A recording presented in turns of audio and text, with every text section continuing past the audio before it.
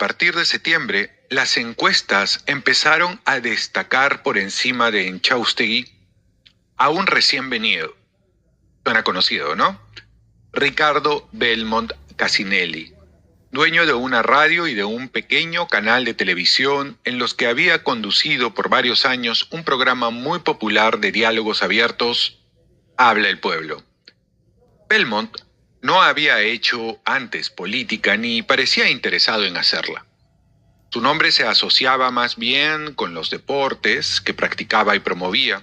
Había sido empresario de boxeo y a las maratonas de televisión profundos para la clínica San Juan de Dios que organizó varios años. Su imagen era la de un animador simpático y populachero, por su habla atiborrada de dichos como manito, patita, la chelita y todas las expresiones pintorescas de la jerga juvenil, asociado al mundo de la farándula, de los cantantes, de los cómicos y las vedettes, no a los asuntos públicos. Sin embargo, en la elección municipal anterior, algunos órganos de prensa, entre ellos Caretas, habían mencionado su nombre como posible candidato independiente a la alcaldía de Lima. A mediados de julio de 1989, súbitamente, Belmont convocó un mitin en la Plaza Grau de la Victoria, en el que, acompañado por el compositor de música criolla Augusto Polo Campos, anunció la creación del movimiento cívico Obras y su candidatura. En las entrevistas de televisión que le hicieron en las semanas siguientes, expuso unas ideas muy simples que repetiría a lo largo de toda su campaña. Él era un independiente decepcionado de los partidos y de los políticos, pues nunca habían cumplido sus promesas. Era hora de que los profesionales y técnicos tomaran en sus manos la solución de los problemas. Añadía siempre que su ideario cabía en una fórmula a favor de la empresa privada. Dijo también que iba a votar por mí en las elecciones presidenciales porque mis ideas son las mismas de Vargas Llosa, entre comillas. Pero él no confiaba en mis aliados. ¿Acaso no había estado Acción Popular y PPC en el gobierno? ¿Y qué habían hecho? Estas eran las cosas que Mark Mallow Brown hubiera querido que yo dijera, o mejor dicho, las que, según sus encuestas, querían oír los electores peruanos. Entre las personas que escucharon este mensaje despotricando contra los políticos y los partidos, alguien tan novato como Belmont en estas lides, un oscuro ex rector de una universidad técnica llamado Fujimori, debió enderezar las orejas y llenarse de sugestiones. Desde que se anunció la candidatura de Belmont, yo estuve seguro de que este llamado a los independientes y sus ataques al establecimiento político harían mella en nuestro electorado. Pero quien anticipó los hechos con exactitud fue Miguel Cruchaga. Recuerdo una conversación con él en la que lamentó que Belmont no fuera nuestro candidato. Una cara nueva y sin embargo muy conocida que, por debajo de la superficialidad y chabacanería de sus declaraciones, representaba lo que nosotros queríamos promover, un joven empresario que se había hecho a sí mismo, en favor de la iniciativa privada y el mercado, sin el estigma de un pasado político. El 27 de julio tuve una larga entrevista con Ricardo Belmont en mi casa de Barranco, a la que asistió también Miguel Vega Alvear.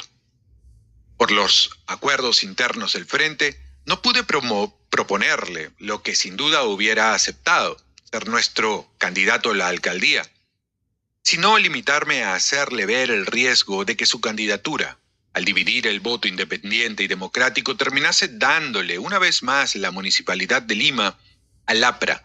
Su candidata era Mercedes Cabanillas, o a la Izquierda Unida, cuya crisis interna, largamente fragmentada, estalló en esos días y produjo su partición. Belmont estaba muy confiado. Mi alianza con los partidos le parecía una equivocación porque en el sector más popular, cuyos sentimientos él pulsaba a diario en sus programas, había un rechazo generalizado contra ellos y sobre todo contra Acción Popular. Él compartía ese criterio. Estaba dolido, Además, porque el gobierno de Belaúnde había discriminado contra él, negándose a devolverle el canal que le expropió la dictadura militar como había hecho con los otros canales de televisión. Abre comillas. Mis electores están sobre todo en los sectores C y D, me aseguró, y a quien yo le voy a quitar votos no será al frente, sino a la izquierda unida. A mí, mi propia clase, la burguesía, me desprecia porque hablo en jerga y porque me creen un inculto. En cambio, aunque sea un blanquito, los cholitos y los negros de los pueblos jóvenes me tienen mucha simpatía y votarán por mí. Ocurrió como me lo dijo. Y fue también cierto lo que me prometió en aquella conversación con una alegoría que repetiría muchas veces. Las elecciones municipales son el partido preliminar y en ellas yo y el Frente debemos bailar con nuestro propio pañuelo. Pero la elección presidencial es el partido de fondo y allí saldré a apoyarte, porque comparto tus ideas y porque necesito que seas presidente para tener éxito como alcalde de Lima. La campaña de Belmont fue muy hábil. Hizo menos publicidad en televisión que nosotros y que el APRA. Recorrió una y otra vez las barriadas más humildes. Declaró hasta el cansancio que estaba a mi favor, pero en contra de los partidos ya quemados. Y para sorpresa de todos, en la polémica por televisión con Juan Inchaustegui, en la que estábamos seguros de que éste lo abrumaría con su preparación técnica, quedó muy bien parado gracias a los asesores que llevó y sobre todo a su picardía criolla y a su experiencia ante las cámaras. Los comicios municipales precipitaron la ruptura de la izquierda, reunida hasta entonces en una precaria coalición bajo el liderazgo de Alfonso Barrantes Lingán. Este liderazgo era cuestionado hacía tiempo por los sectores más radicales de Izquierda Unida, quienes acusaban al exalcalde de Lima de caudillismo, de haber suavizado su marxismo hasta mudarlo a una posición socialdemócrata y, más grave aún, de haberlo hecho una oposición tan respetuosa al gobierno de Alan García que se parecía a la complicidad. Pese a esos esfuerzos desmedidos del Partido Comunista por evitar la ruptura, esta se produjo. Izquierda Unida presentó como candidato a la alcaldía de Lima a un católico de izquierda, el sociólogo y profesor universitario Henry Piz García, quien sería también su candidato a la presidencia de la República. El sector barrantista, por su parte, bajo la etiqueta de Acuerdo Socialista, lanzó otro sociólogo, el senador Enrique Bernales, asimismo candidato a la primera vicepresidencia con Barrantes. Se acercaba el segundo aniversario del Movimiento Libertad. Habíamos designado el 21 de agosto de 1987, fecha del mitin de la Plaza San Martín, como día de su nacimiento, y en la comisión política pensamos que esta era una buena ocasión para mostrar que, a diferencia de comunistas y socialistas, nosotros sí habíamos conseguido la unidad. Es lo que había detectado la agencia de comunicación con la que estuvo trabajando Mario Vargas Llosa desde un inicio y que, sin embargo, el propio Mario reconoce no haber seguido esos consejos, ¿no? Y haber seguido más bien la intuición que normalmente era a la que él le hacía caso. Por eso es que reconoce esta llegada al sector popular que tuvo Ricardo Belmont y también reconoce la astucia que tuvo en manejar la campaña en aquella ocasión.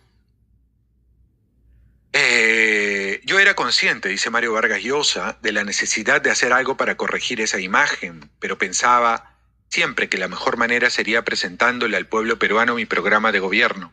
Este programa demostraría que mi candidatura era una ruptura radical con las políticas tradicionales.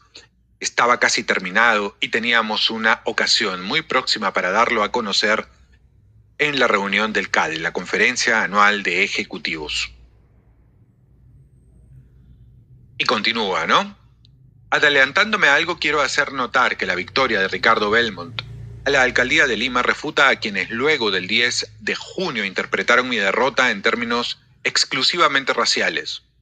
Si fuera verdad, como se ha dicho por múltiples comentaristas, incluido Mark Malloch Brown, Mark Malloch Brown es la agencia de comunicación que estuvo asesorando a Ricardo Belmont, a Mario Vargas Llosa en aquella ocasión, ¿no? Es una agencia que traquea, recoge información, la analiza, la procesa y te sugiere estrategias de comunicación y de comunicación política, marketing político, para que tu candidatura pueda subir.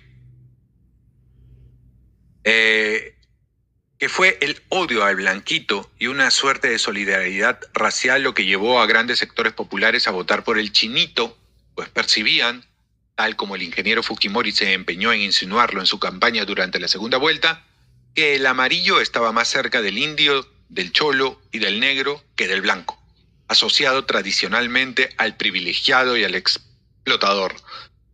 ¿Cómo explicar la contundente victoria de ese gringo de cabellos pelirrojos y ojos glaucos, el colorado Belmont, por quien además, como él mismo predijo, votaron masivamente los sectores C y D, donde se encuentran la mayoría de los cholos, indios y negros de Lima? No niego que el factor racial, los oscuros resentimientos y complejos profundos asociados a este tema existen en el Perú. Desde luego, y de él son víctimas y son responsables todos los grupos étnicos del mosaico nacional, interviniera en la campaña. Efectivamente, ocurrió pese a mis esfuerzos para evitarlo o, cuando ya estuvo allí, desterrarlo. Pero no fue el color de la piel, mío o de Fujimori, el factor decisivo de la elección, sino una suma de razones dentro de las cuales el prejuicio racial, ¿no? Sin embargo, las elecciones municipales no trajeron la aplastante victoria para nosotros que anunciaban las encuestas. El Frente ganó más de la mitad de los distritos del país, pero esta mayoría quedó empañada por las derrotas sufridas en ciudades clave como Arequipa, donde Luis Cáceres Velázquez del Frenatraca, Frente Nacional de Trabajadores y Campesinos, fue elegido. Cusco, donde el exalcalde izquierdista Daniel Estrada obtuvo una amplia victoria.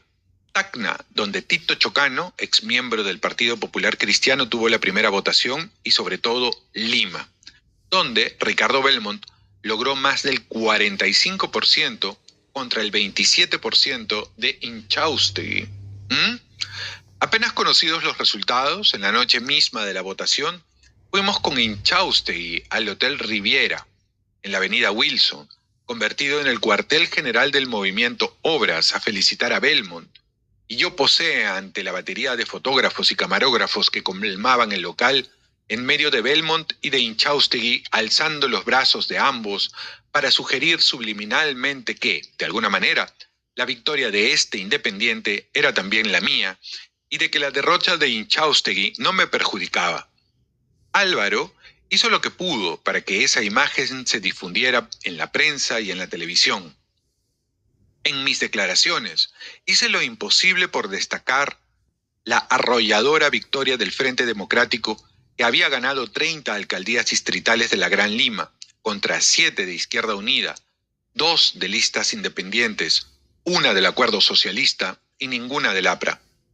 Pero en privado los resultados de la elección municipal nos dejaron muy inquietos. Había un desapego que lindaba con el disgusto de grandes sectores populares hacia las fuerzas políticas establecidas, fueran de izquierda o de derecha, y una proclividad a depositar su confianza y esperanzas en quien representara algo distinto al establishment.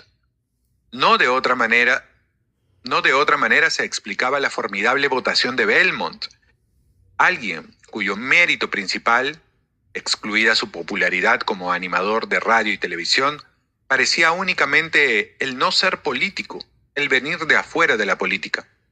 Más grave aún, la última encuesta indicaba que, aunque las intenciones de voto nacionales seguían favoreciéndome, con cerca del 45%, había una tendencia en los sectores más desfavorecidos a verme cada vez más como integrado a la desprestigiada clase política.